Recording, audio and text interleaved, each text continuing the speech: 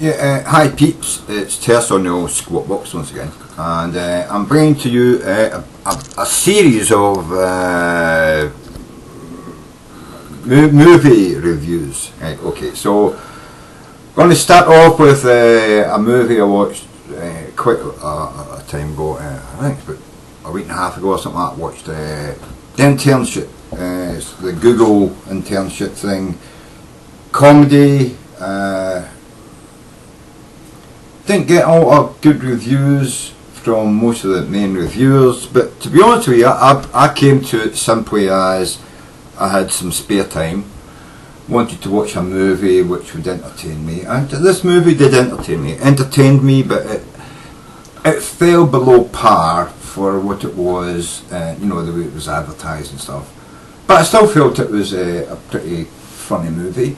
I reckon if you've got a rainy afternoon with nothing to do and you can get it free, not pay fucking $10 or $15 to go and watch it, or no, 10 quid, yeah, it's worth watching.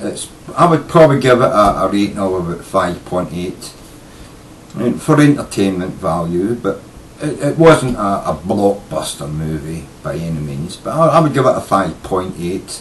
So I would say the Internship, yeah, you know, don't go and pay for it in the cinema. If you've got a PC like I have, go and look for a free download site and just, you know, free stream it and watch it on a rainy afternoon. I give it a 5.8. Now, moving on. Yeah, I think I already did the White House Down. Let's go. Despicable Me 2. Not even interested in watching that. The Lone Ranger. Oh, now there's a movie. Fucking hell. The Lone Ranger. What can I say about The Lone Ranger apart from big fail. Big fail. Didn't really get into the movie. There was some comedy aspects to it, but it didn't really bring to me the Lone Ranger theme. It didn't bring to me the Lone Ranger idea.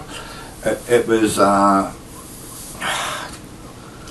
mishmash of, you know, sort of semi Lone Ranger historics, you know what I mean? The Man in the Mask. But really, Tonto came through as the main character, and instead of Tonto being the comic, which I would imagine if a you know, a racist white person had made the movie, which I assumed when I was watching it, you know, oh, it's got to be some racist, you know, guy going to make the Indian the sidekick. But actually the Indian was the main character, and you know, Tonto, he was the main character, and the Lone Ranger was the sidekick. He was a comedy sort of sidekick partner to the relationship.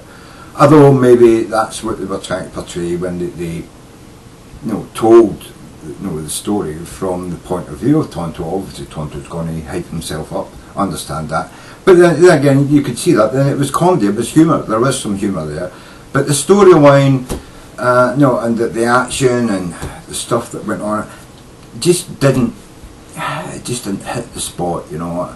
I felt that the Lone Ranger was a 5.2 movie.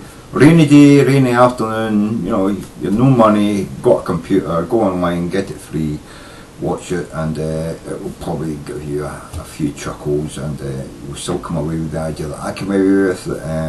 Surely they could have made this movie something special if they were going to, you know, bring back the Lone Ranger from, you know, the 50s or 60s, you know, and, you know, make it into something in the 21st century. But no, they failed. It was another movie that failed. Didn't come up to par. Didn't really reach any heights of, you know, enjoyment that I would have wanted from the movie. You know. So that was a Lone Ranger, you know, piece of shit. Let's see now. Next one, Tai Chi, 2013. I kind of like kung fu fighter movies, but this movie was nothing like any of the movies that are like, you know, in this genre, you know. There have been several. This was just a big fail. What a copycat sort of parts of the storyline, and the kung fu wasn't really that good, to be honest with you. So I didn't like the Man of Tai Chi. Give that a 4.0. That Man of Tai Chi. Look up on the internet, I'm sure you'll find it if you haven't heard of it. Killing Season. Now this was a movie that I wasn't going to watch, and then because again had a boring afternoon, a boring evening after a few drinks. Let me just have one now. A few drinks, and I thought, well, there's nothing else on that I can watch, so let's watch Killing Season. This movie actually surprised me. It is more of a drama thriller than an action movie, but there is a bit of action in it. But it really is, it's one of those endearing movies where you like the two main characters involved, and the story, although it doesn't seem to have a lot of balls to it, it really does have a long-lasting effect on you. You actually do associate with both characters, both of the main characters. I think it's two main characters are, what do you call him? There's the old guy. Let's just have a look here and see if we can find out. Oh God, can I get the main characters? What do you call him? The guy that did Grease, you know, and the guy that did Taxi. Right? I can't remember their names. Anyway, that's the people I'm talking about. You know, do you know the people I'm talking about? The guy, the main character in Grease. You know, John Travolta. That was it. You know, I'm a bit drunk, right? John Travolta, and the other guy, the guy that did Taxi. You know, the main character in Taxi. What's his name? He's a big, gigantic star now, although he's old. But fucking hell, he plays a really good part in this movie. I really did like it.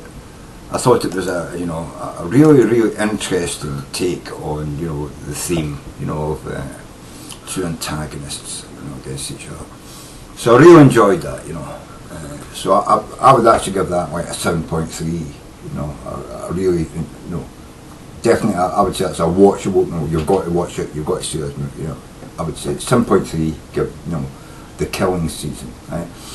Or Killing Season, it's not got a the in front of it, but Killing Season, yeah, watch that movie, it's fantastic, you know, you know.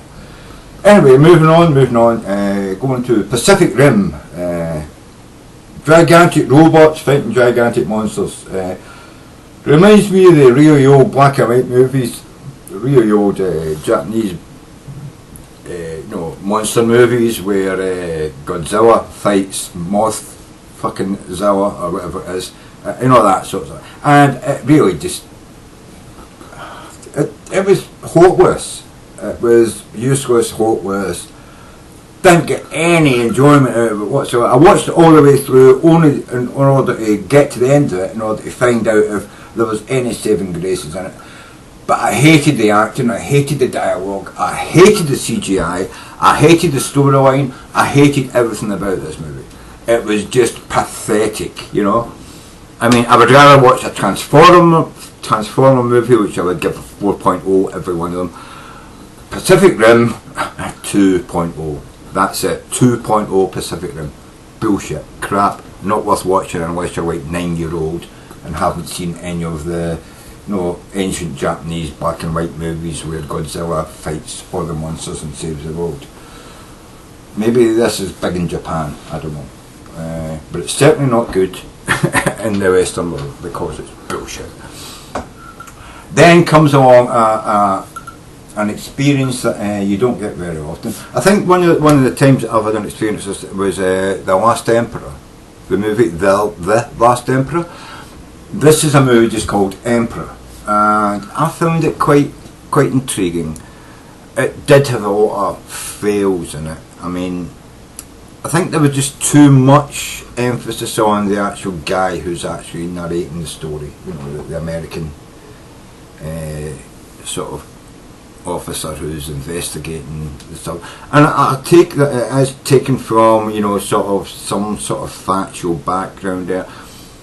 I did like that. I liked the fact that, you know, that they were sort of like giving you a different side to Japan after it was conquered by America, but it just didn't really get to where I expected it to get to. Although it did, I suppose, give you a different sort of view that you could take on the Emperor in Japan and the Japanese sort of war, participation in the Second World War.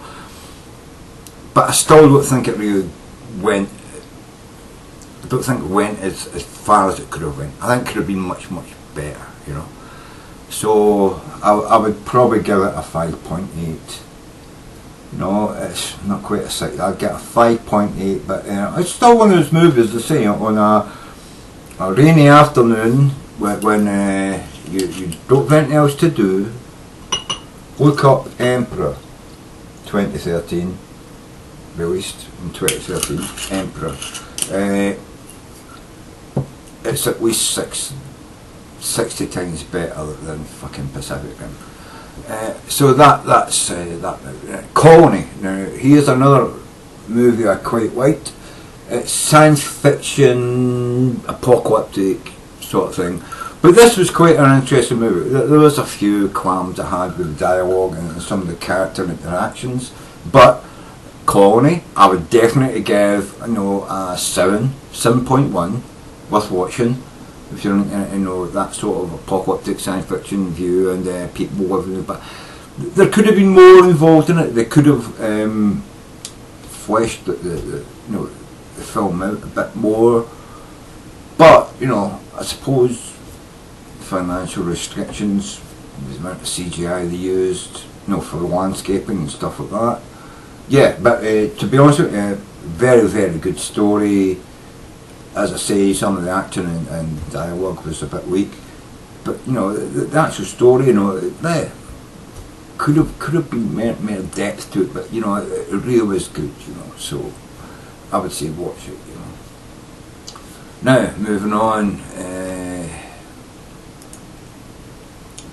Gala Walkers. Now Gala Walkers is a fantasy, action, science fiction, although I wouldn't say science fiction, I'd say more fantasy horror genre. Gala Walkers.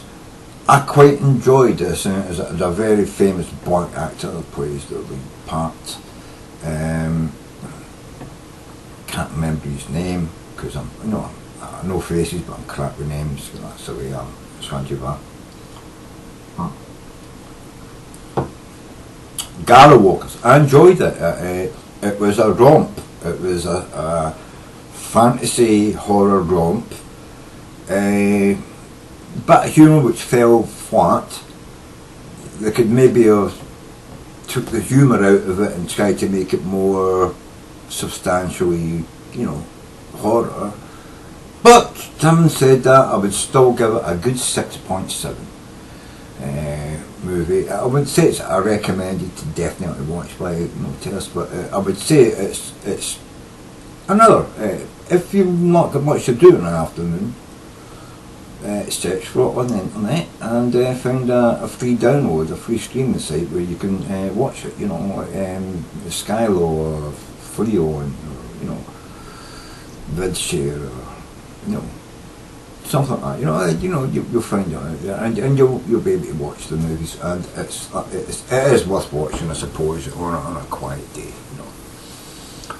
Moving on to another movie that I really watched and kind of found completely shit. The Wolverine. Oh my god.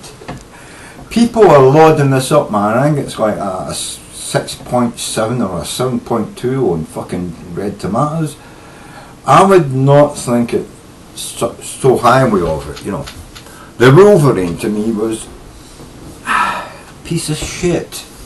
Horrible, Okay, it's got a better story than any of the X-Men movies I've ever seen, but it was just executed really badly, I don't connect with the characters the way that I suppose that you should. I found that the cartoonish characterisation of many of the evil side, to be unworthy of the money spent on this movie. And I just found it lacking in substance, and I really didn't care whether Wolverine died or not. In fact, when he became mortal, I was thinking, is this the opportunity for them to kill Wolverine off and for him to die? But no, they save him, you know, blah blah blah, you know. And obviously, you know, it's a Wolverine movie, he's got to survive to the end and be the winner, you know, be the hero. You know, it's like, I just didn't get there with it, you know. I don't know what the premise was to make him vulnerable and then make him invulnerable again, and you know,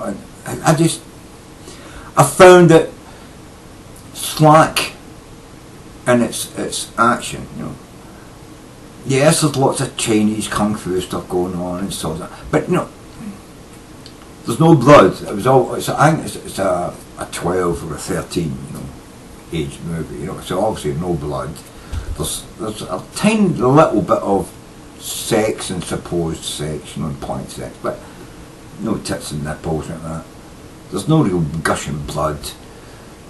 I mean, you'd imagine a guy with, you know, fucking gigantic blades that come out here to rip people's heads off with one blow and stuff like that. But no, you don't see any of that, none of that, you know, so I just felt let down by the whole fucking, you know, experience of the Wolverine. So I gave it a 3.7. That was the highest mark I could come up with for Wolverine, 3.7. It disappointed, right? Moving on, R.I.P.D. I found this movie quite funny. I did find that they tried to induce into a little bit too much seriousness, and there should have been absolutely more humour. And I think that's where it fell down. I mean, I was already, you know, thinking, halfway through the movie I was thinking, you know, this should be a 7 or an 8, you know, terse fucking rating. But then by the time I got to the end I realised, no, I've just been carried away because it's been a long time since I've seen a movie in this vein with a script like this, and action and the CGI, you know, it all came together in a kind of, you know, a holistic sort of, yeah, this is quite good horror comedy, you know.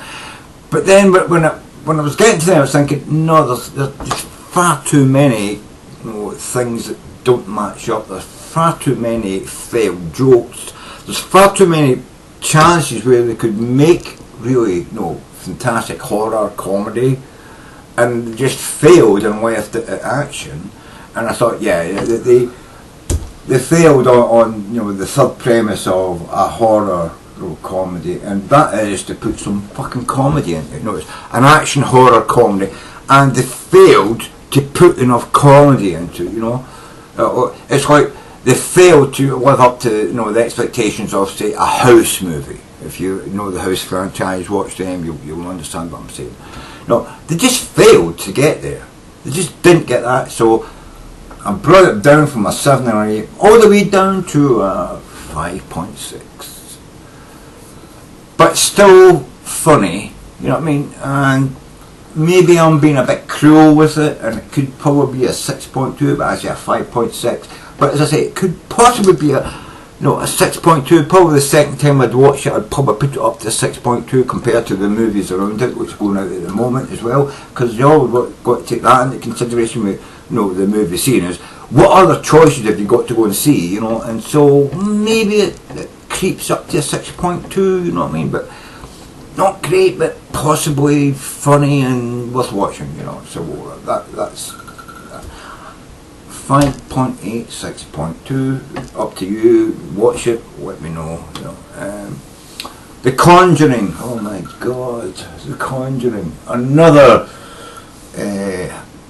Amityville horror type movie, which a lot of people are rating up because there hasn't been one like this for a while, and it's slightly differently filmed. It's a lot of, you know, handheld cameras and stuff like that, but they actually put the lights on in the house. This is a thing I've always complained about in horror movies. You know, why would you walk about in a house, especially that you're moved into a new house? Why would you walk about in the dark?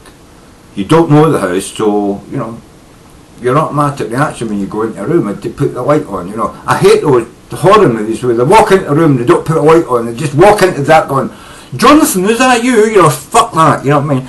You put the fucking light on and see what's in the room. You know what I mean? That's why you've got lights at night. You know. That's why humankind invented fucking candles and moved on to fucking electricity, you know what I mean? So you could fucking turn the light on and see what the fuck was in the room if you hear banging or noises, you know what I mean? You don't fucking do this shit and then forget that they've got a switch in your fucking house, you know what I mean? Anyway, I just fucking hate this movie, even though they turn lights on. I fucking hate it. It's fucking horrible. It doesn't get anywhere. It doesn't improve the idea of haunting because it's all bullshit.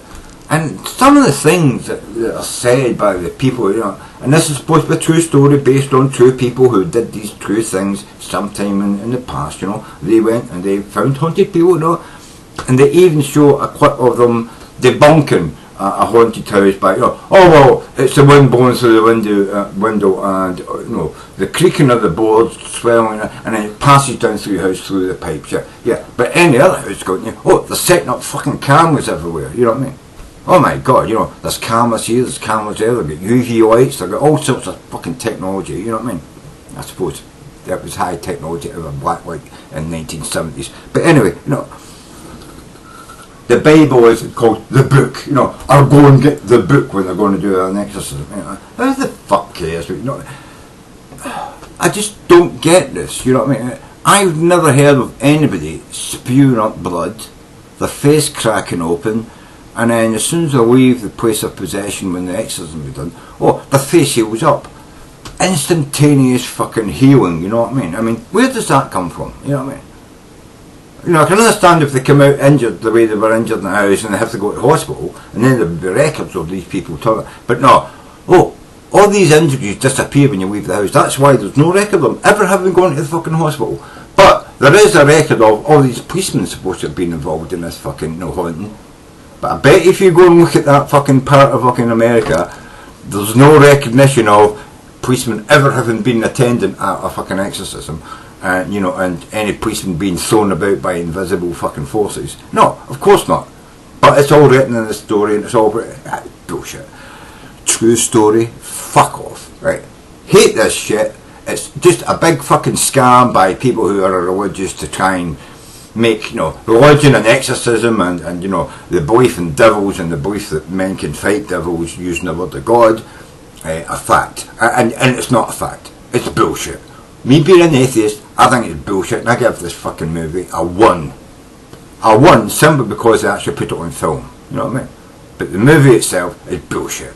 It's fucked up. And I watched this in the middle of the night with the lights out, and I was not scared at any point through the whole fucking movie. I did feel emotionally connected to some of the things that maybe some of the people in the movie were supposed to be going through. No, emotionally I thought, oh, poor kids, you know, they have to go through that. And by that I don't mean, you know, the real happening. I mean having to be put through the shit that these movie makers put them through. Being forced to be in the dark and scream and feel people pulling their leg. No, that would be horrible for kids. It might even give them fucking nightmares. I believe that they should look into this and it might be fucking child abuse. You know what I mean? Anyway, that's my view on the fucking Conjuring, you know. Then we move on to the last movie I just recently watched. In fact, just finished watching it before I made this video. Red 2. A lot of people poo this movie. The people who fucking have hyped up fucking Wolverine and, you know, the Conjuring. Oh, the Conjuring is the most horrific movie they've ever seen in their lives. You know what I mean? Yes, you motherfuckers on TYT. You know what I mean? TYT and you know, what the flick. Fuck you. You know what I mean? Red 2, you poo-pooed. You bummed up fucking, you know, the Conjuring is the most horrific movie you've ever fucking seen. Bunch of fucking crap, lying bastards. You said Wolverine was a great story and a fantastic movie. Fucking shit. You know what I mean? Red 2, you fucking poo-pooed and bummed off as, oh, they were just phoning it in and there was no acting there. It's as good as fucking Red 1, man. It's as good as Red. I really got into the movie. I really got into the storyline. There was a lot of, you know, counter stuff going on. You know, this storyline led to that storyline, and nobody knew it was going on. There was a lot of twists and turns. You know, I like that stuff. It's a spy movie. It should have twists and turns. Yeah, okay, something you could probably say, oh, well, I know what's going to happen. Some twist is going to happen. But naming the twist and telling what the twist is, but, you know, if you've never watched it before, it's all right to watch it. Oh, well, yeah, I've seen that coming. Well, you've seen something coming, but you couldn't say what it was, you know what I mean? I thought Red 2 was good. I give Red 2 an 8.2. It really is a movie. I thought it was action filled. I thought the twists and turns in it were good. Okay, at the very end, I knew they weren't all going to die. I knew the guy in the plane was going to blow up. Sorry if I've spoiled the movie, you know, but it's a bit of a spoiler there, you know. But you know, I'm sure by the time you get to the end of the movie, if you're like me, you fucking know that's going to happen. You know you swept it out of the box and onto the plane. You know, so yeah, spoiler. You know, I'll put that in the title, spoilers. Right? But yeah. Fucking hell, Red 2, worth watching. Very, very worth watching if you've not seen it. Worth watching twice. In fact, I might watch it later on. I'm going to go and get another bottle of whiskey and get very, very, very, very drunk.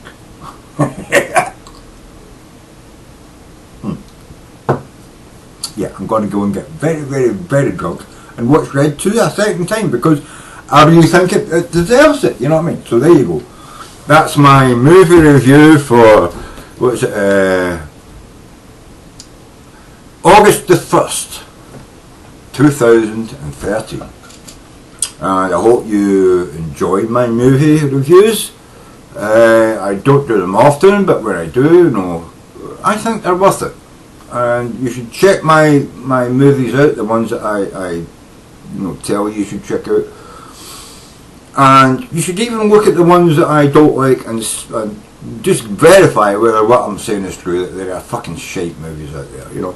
And then there was mediocre movies around about the 5 to 7 marker where, yeah, you're not going to really love them, but they're movies on a quiet afternoon, you know, there's nothing else to do and you're bored. You can go and get them online for nothing and satisfy the idea of just sitting there and having a quiet drink and watching something inane which doesn't really put you up or down, but amuses you, entertains you cheaply for an afternoon.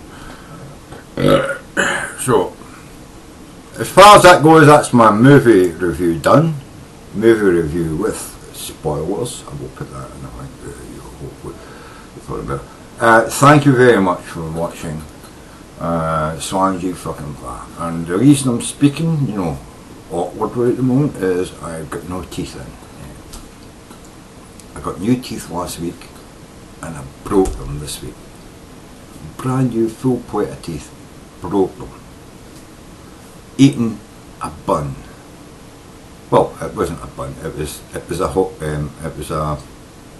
burger in a bun. You know what I mean? A beef burger. And I even cut the beef burger into it, and I was eating like half a beef burger. Chew, snap. My teeth snapped. I don't know which fucking what. Maybe it's because we get our teeth for free in the UK. You know what I mean? And now I've got to go and phone the dentist and get another new set of teeth for nothing this week. You know what I mean? My God, it's glad we get them for nothing, because in America it would probably cost you a lot of money for a set of teeth, wouldn't it? Yeah, probably would. I'm just saying, you know. A whole set of teeth would probably cost you a lot of money in America, but in Britain we get them for free. And now I'll get 2 half sets, you know what I mean? Anyway. Squangy fucking van, motherfuckers. And I think I just produced my own horror movie.